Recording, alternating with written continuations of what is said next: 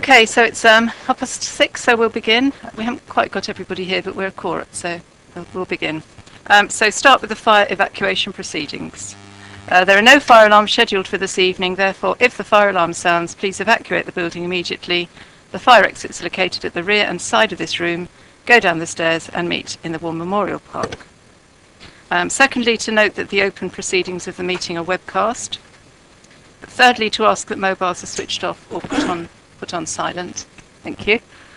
I just remembered to do mine. Next, to receive apologies for absence. Do we have any apologies from anybody? No? Just some absences. Okay. Resignations or replacements, presumably then not. Declarations of conflicts of interests. No scrap metal merchants among us? No? Okay.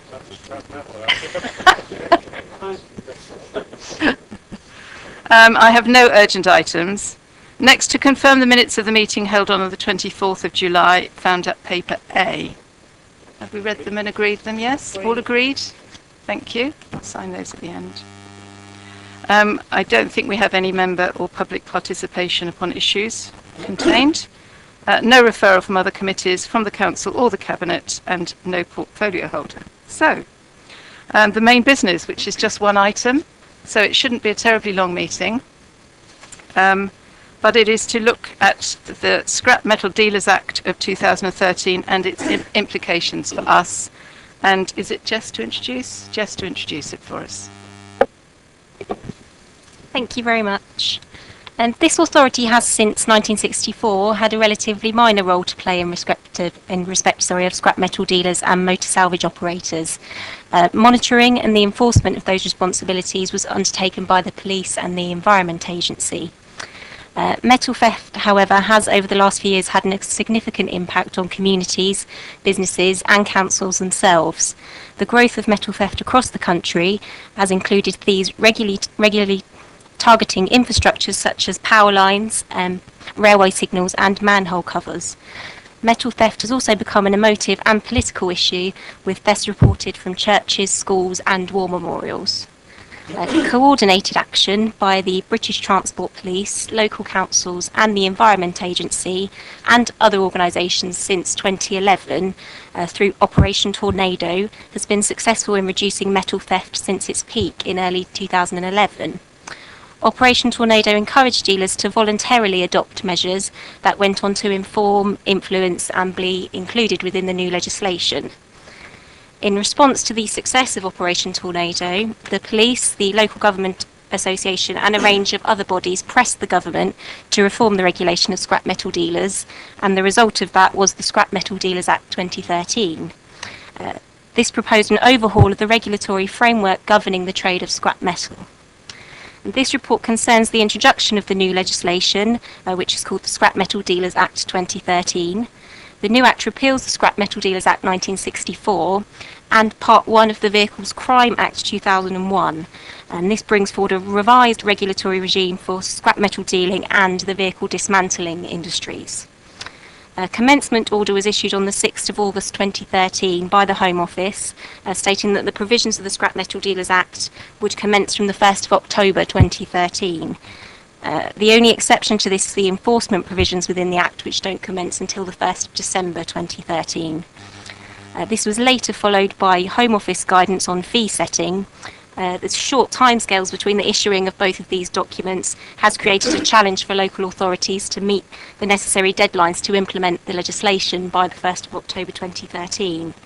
So in order to implement the new legislation within this timescale, this report recommends that the Licensing Committee approve the proposed fees for scrap metal dealers' licences to be introduced from the 1st of October 2013, delegate the power to determine uncontested scrap metal dealer licence applications, as well as the power to revoke and vary licences to licensing officers, to approve the proposal to refer all applications, so refusals, revocations and variation applications, where we have received oral representations from the applicant, are to be referred to the Licensing Subcommittee for decision.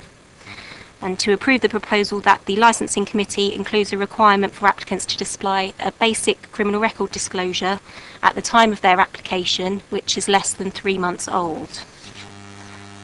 The Licensing Committee is also asked to note the key provisions of the Scrap Metal Dealers Act 2013, which brings together the current registration scheme for scrap metal dealers and motor salvage operators and puts them within one single licensing regime.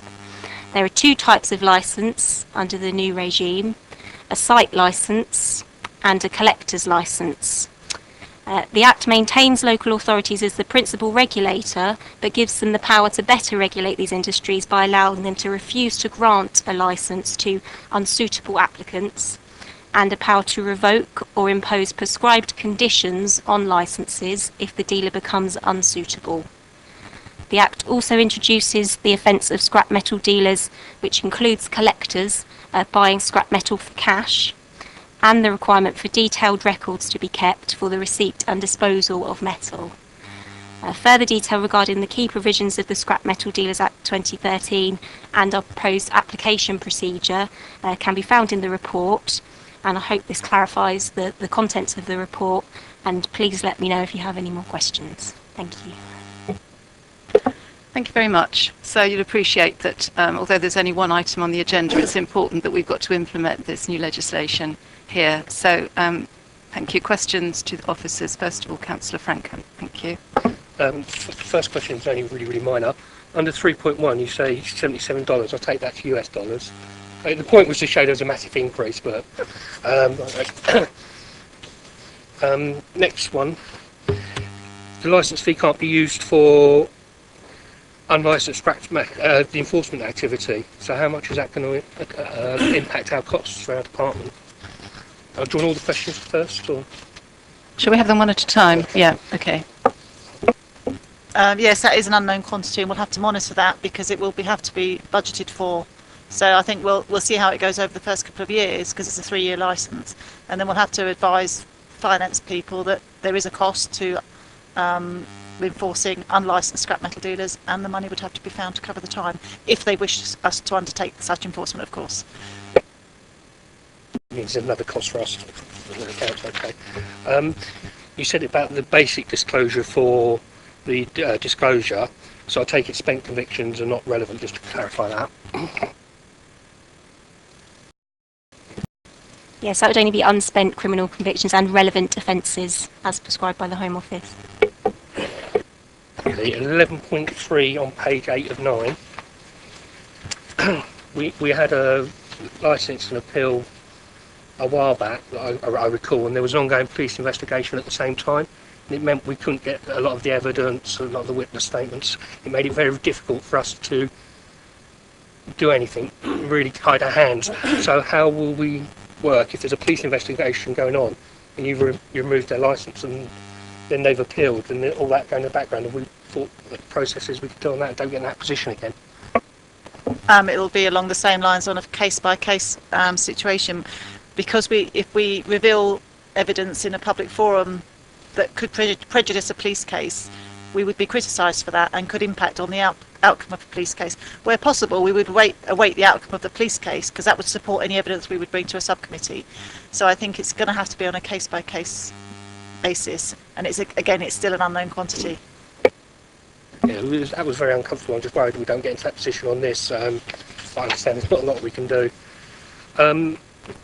On the site licence and the mobile licence, if I've got a site licence, do I then need a mobile licence if I'm going out to collect, or is it included in the fee? Just all to double up? No, by having a site licence, they are able to collect throughout the borough as well.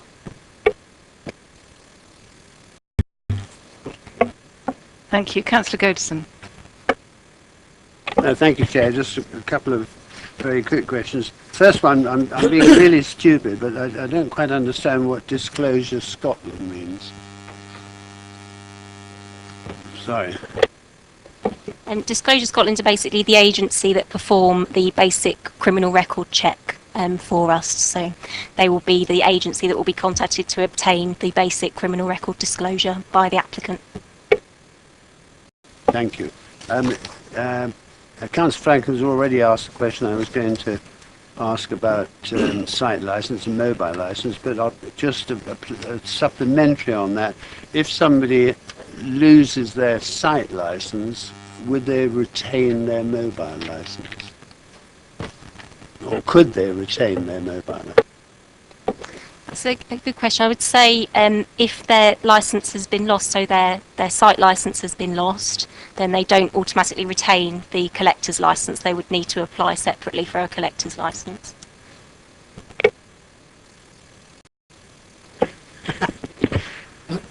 Okay, sorry. Yeah, at the moment the understanding is if you have a site licence, it includes your vehicles. So if you lose your site licence, but you carry on collecting with your vehicles, you would need to make a new application for a mobile collector's licence.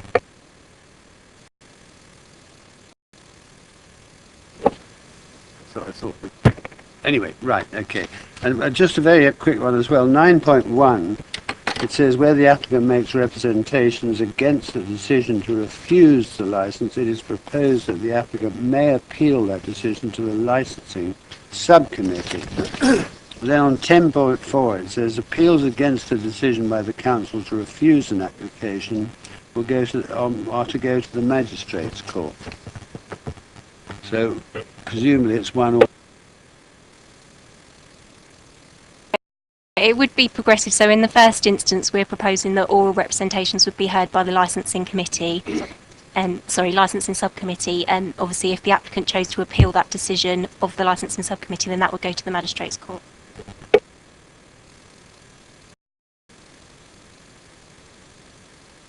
Thank you. Councillor Taylor. Thank you very much, Chairman. Likewise, can I run through some questions? Starting at 7.4, top of page 6 of 9, there is no requirement under the Act for applicants to provide a basic disclosure certificate. What might this mean in practice in terms of dealing with that, that not being forthcoming? The Schedule 1 to the Act allows local authorities to seek any further information which they feel they need to obtain to make that determination. And one of those could be by means of requesting a basic disclosure, because there is a list of relevant convictions that we could take into account, but we wouldn't know they had them unless they declared them or we got them on a disclosure. So the advice from the police in preparing for this legislation and talking to other authorities is that most authorities will be asking for that basic disclosure to be provided by the applicant to help us determine their fitness and suitability. So we've specifically asked for this committee to approve us asking for that information. And that's why we put it in as a recommendation, because it will help us determine their fitness based, to carry out that particular activity based on the history and that sort of thing. So we think it's appropriate that we should be asking for that, but we wanted your authority to do so. Well, I for one would completely support that. There's not a lot of point in having a provision that you can't kind of enforce, if you like, and that seems to be really basic to us knowing whether this is a safe certification or not. So the basic disclosure, I would certainly agree that needs to be forthcoming to this authority. 7.5, there's a reference to again, it's to do with the basic disclosure certificate that can be applied for online and paying a fee of £25. Who is the fee payable to? The fee is payable to Disclosure Scotland. As Jess said earlier, that's the agency that provide the information. People can just apply online, provide their details, pay the fee, and Disclosure Scotland will send them the report. So there's no possibility of income generation with that then? Okay. Okay. On number 9, refusals, revocations and imposition of conditions. I mean, they're set out separately from enforcement, and clearly there's a different approach to the administration of it to the enforcement of it, because we can't gather any income for the enforcement. But refusals, revocation, imposition of conditions sound pretty much like enforcement to me. Have I just not got that reading right? Because that's more than just administering a process. There's something much more proactive and determined. So how do we separate out those functions from enforcement? I'm thinking about income generation as well, obviously. The general view is that you have the administration of the application process and that sort of thing, and then you have the compliance checks. The compliance checks which are separate to enforcement because your monitoring can be included within the fee, and we have anticipated doing at least one compliance check on application to establish whether they comply with the licensing requirements, and one mid-term during the period of the 3 years. So we can generate the income to cover the cost of that because that's compliance. As soon as we become into a position where we're having to take formal action, either against a licensed scrap metal dealer or an unlicensed one, that becomes enforcement, and that has to be funded, if desired, by the General Council pot, subject to it being required that we carry out such enforcement.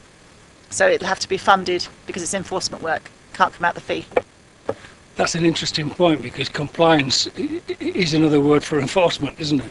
Because we're enforcing compliance in a different way, but we can't draw the money from that.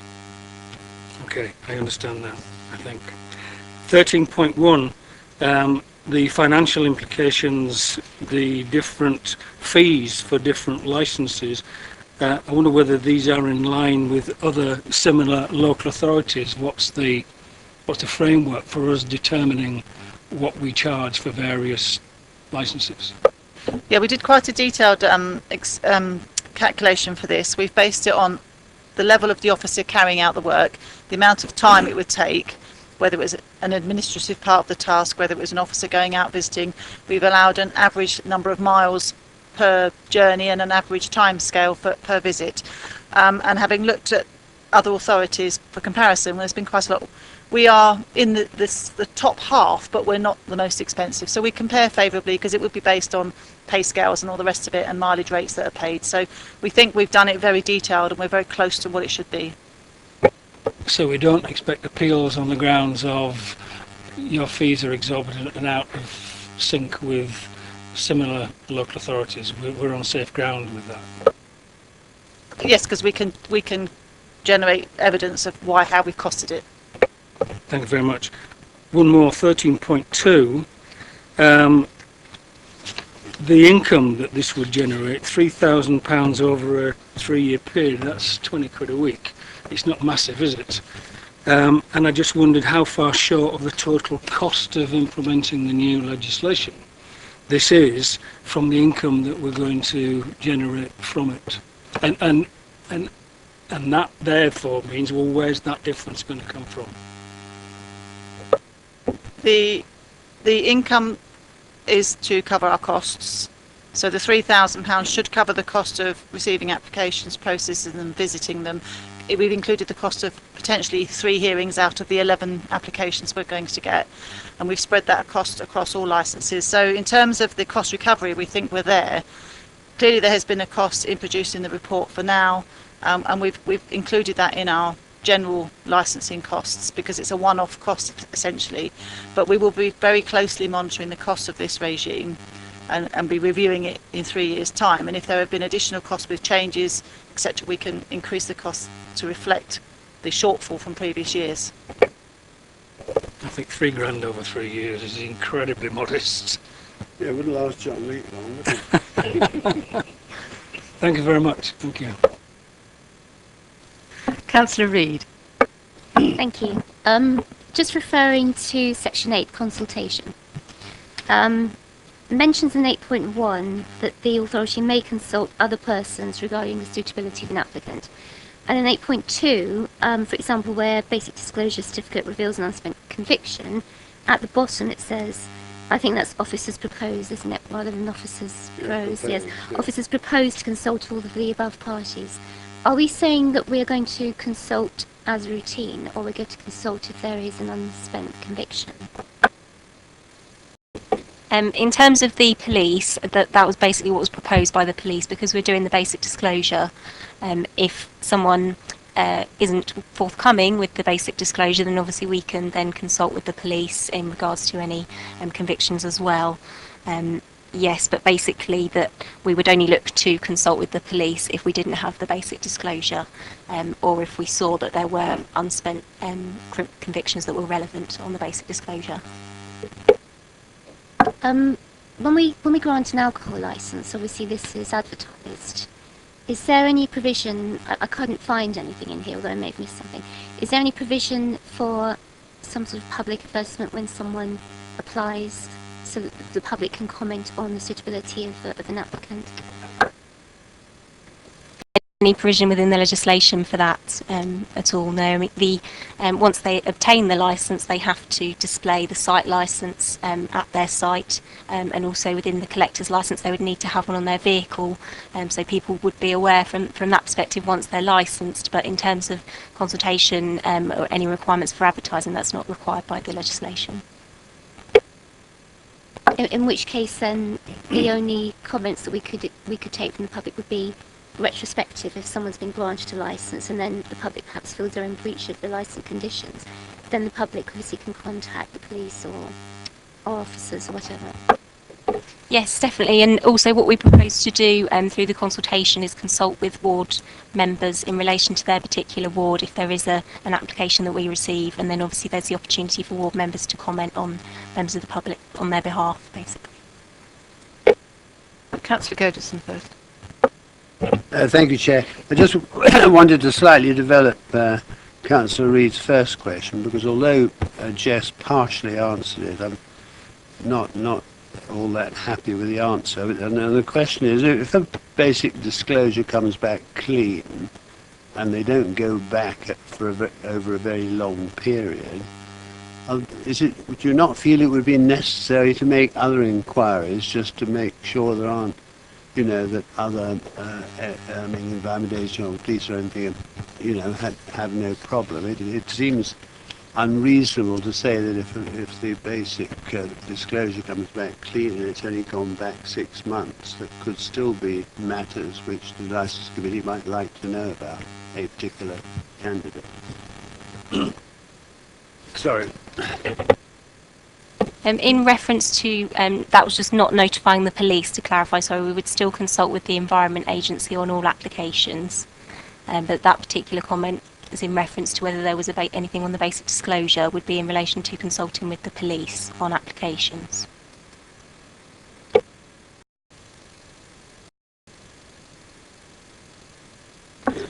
Councillor Taylor. Thank you, Chairman. It was just a point of interest, really.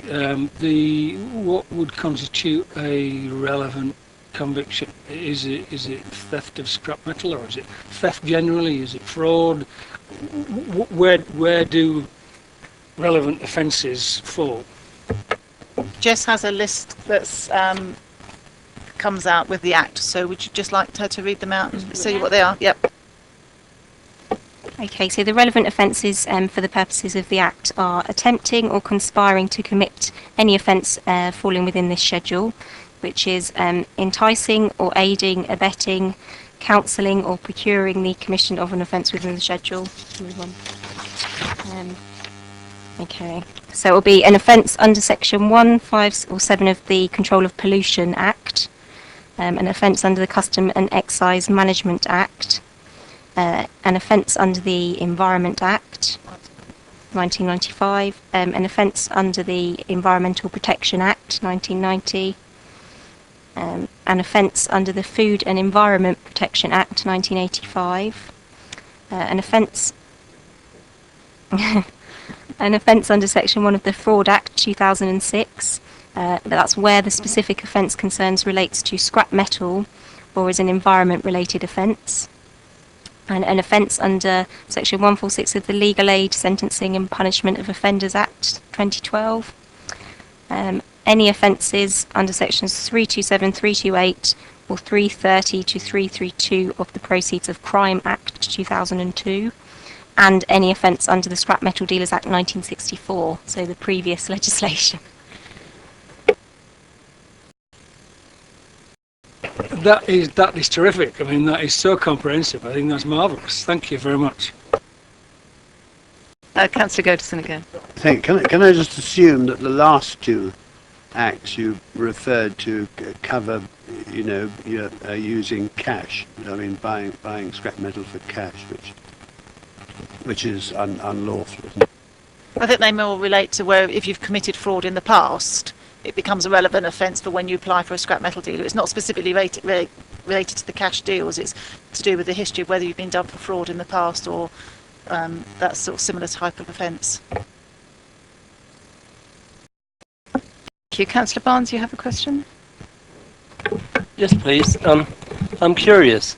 Do they have to have a particular custom vehicle, or can they just use the Land Rover or any old vehicle that carries the licence for collecting? You know, do they have to look recognisable, or can they use any old vehicle? Thank you. They can have a vehicle as long as they declare the vehicle and the registration. We put that details on the sign that we put in the vehicle to say it's an authorised vehicle. To my knowledge, there's nothing else that they can have any vehicle they like as long as it's declared on the application.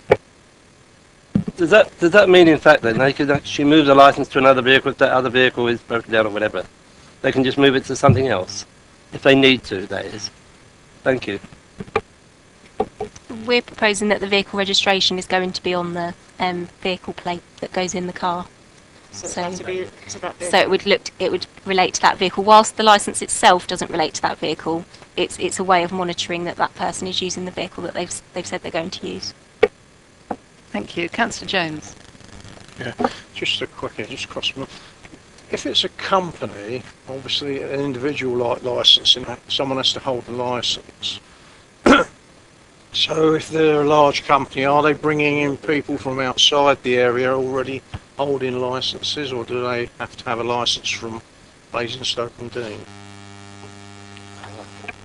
For the site application, they have to declare who the directors are, who's going to be managing the business, and we can, subject to your approval, require basic disclosures from all of those people involved in the management of the business in our borough.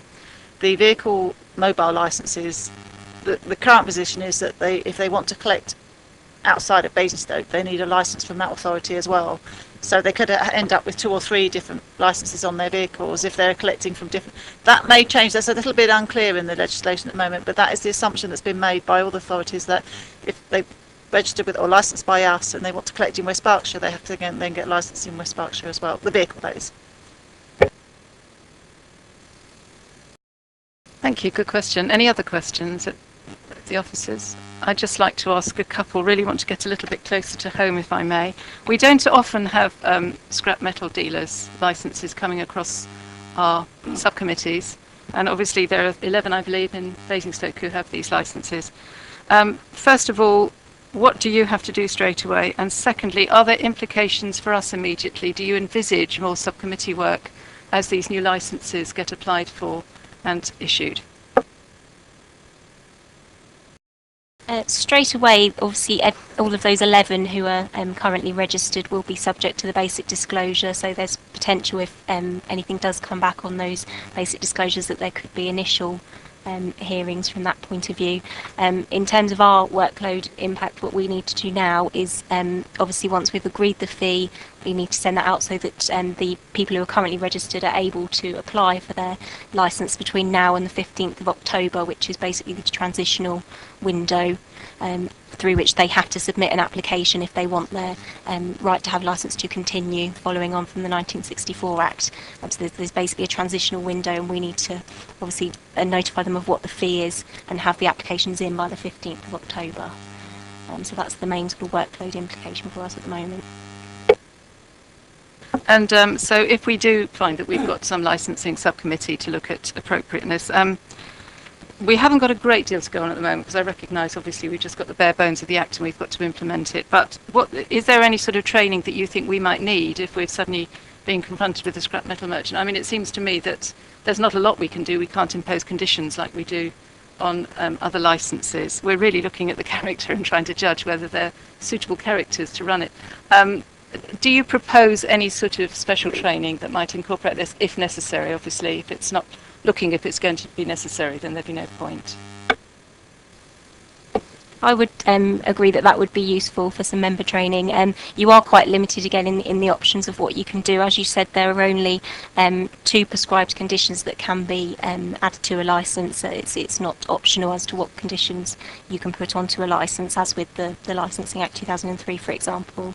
I can explain that to you if you would like. Basically, if the operator has a relevant offence and they appeal that decision and that goes to the subcommittee, you can impose one or both of the following conditions. So the first condition would be that the dealer can receive scrap metal only between 9 AM and 5 PM on any day, in effect limiting the dealer's operating hours, and or that any scrap metal received has to be kept in the form that the dealer received it for a set period of time, which cannot be more than 72 hours.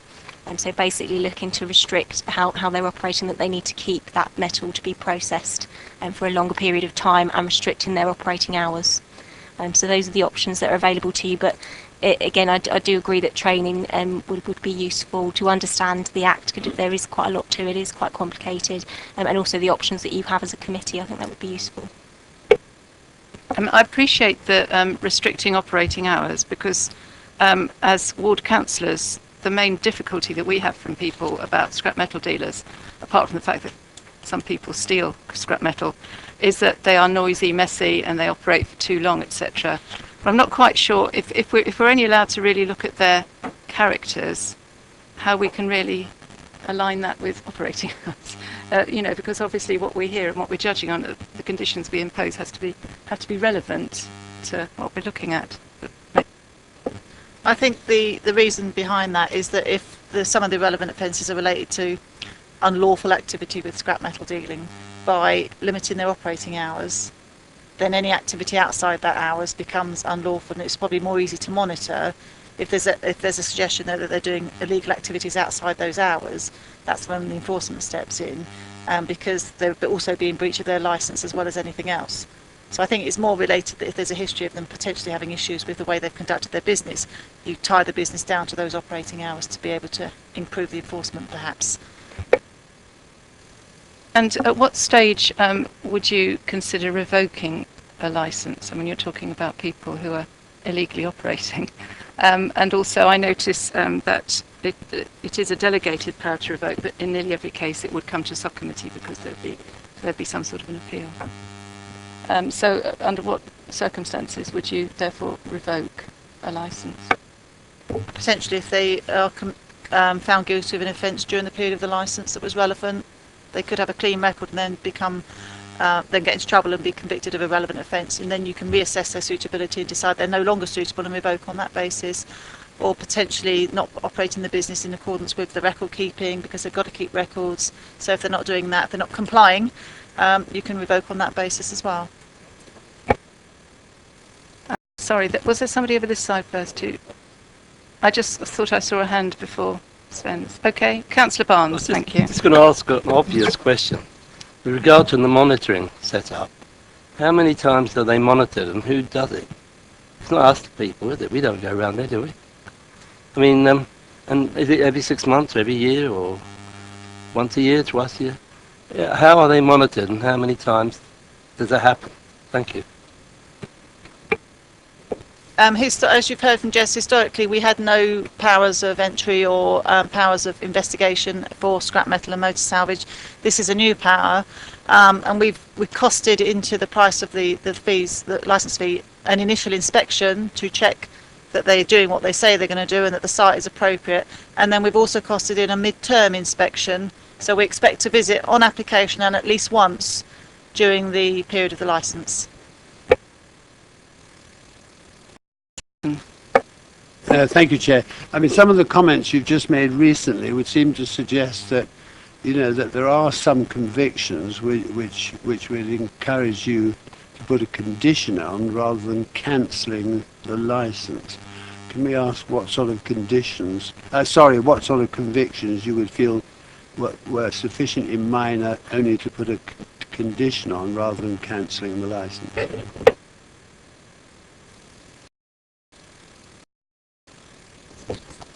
Our understanding currently, because this is new, is that the conditions are only, if we decide to revoke, pending the oral representation appeal process, those conditions can be applied while that process is going through.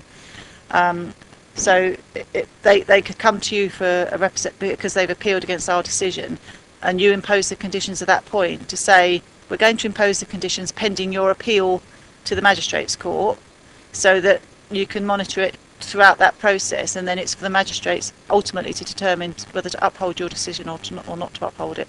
But you have a position where you can apply those conditions in that interim period.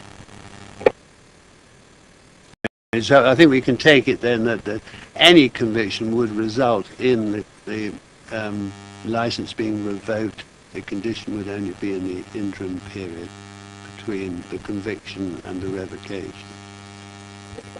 We wouldn't want to prejudge any application or any offence. We would have to consider it on its merits.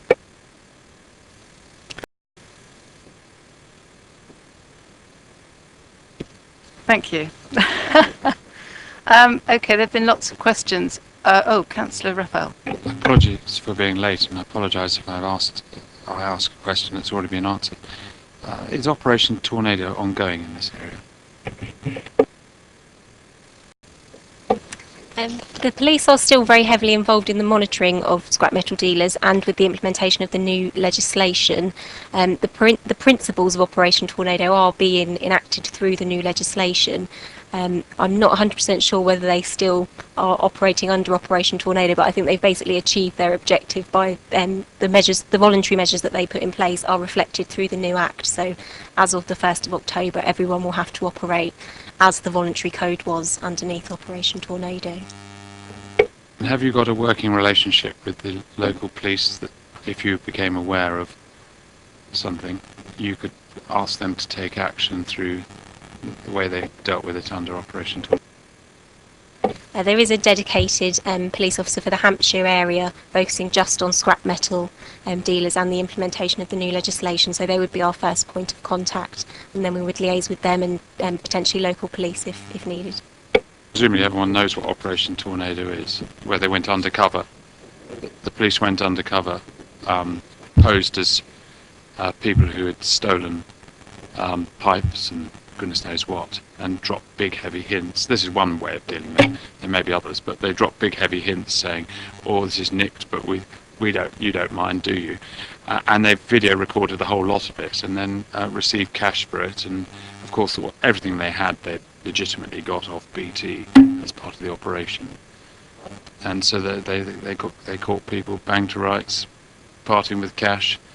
But they're obviously after the main people, but unfortunately they only ever got the cashiers at the desk. Well, in some areas, obviously. Others they might have got more. But that's what it's all about. So if you liaise with the police, if you hear about something, if you've got a working relationship with them, then you can see if they're going to deploy that, because that's the only way you can get. You can't get them any other way, because everyone, no one will cooperate.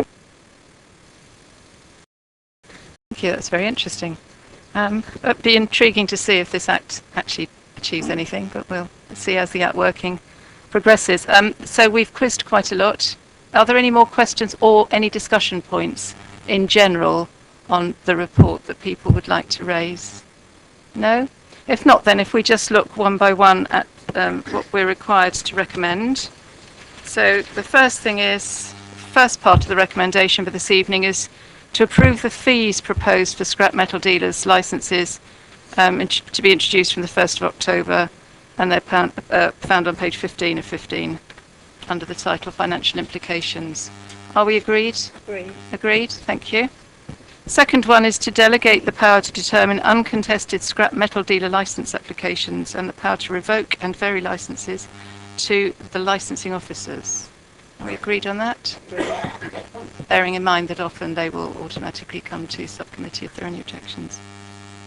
Thirdly, to approve the proposal to refer all applications, refusals, revocations, variations, where oral representations have been received to the licensing subcommittee for decision. Right. And to approve the proposal that the licensing authority include a requirement for applicants to supply basic disclosure at the time of application that is less than 3 months old. Agreed? Yes, we've all understood what that means. Good.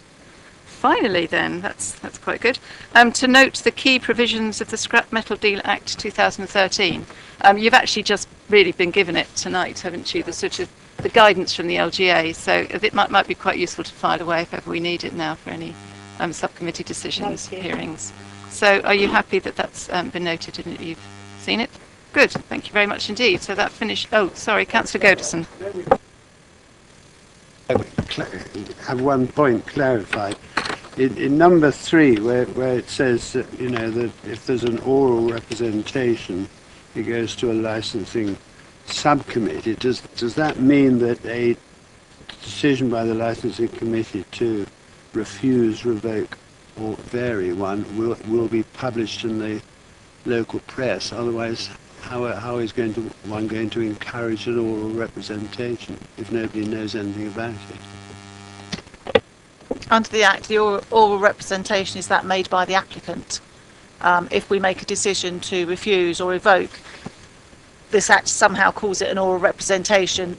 It's only by the applicant. If they wish to object or appeal against our decision to revoke or refuse, then they make an oral representation, and we've called that a subcommittee hearing.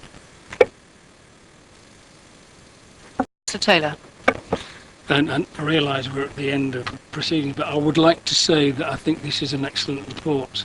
It's short and sweet and to the point, and we don't get many that are so short and sweet and to the point. I was thinking, Linda, I was thinking generally, not just in relation to this committee, so thank you very much. Apart from the typos, may I just say, thank you. Yes, I would say well done, because this has had to be done quite quickly, and I think we feel equipped enough, don't we, to know what it's all about. And if there does have to be a speedy subcommittee, I'm trusting that the subcommittee will have an hour's or so's training just to make sure we know what we're talking about. And thank you. Yeah, brilliant. Okay, so we've approved all the recommendations, and there have been no subcommittee hearings in the period, so the meeting is closed. Thank you for coming.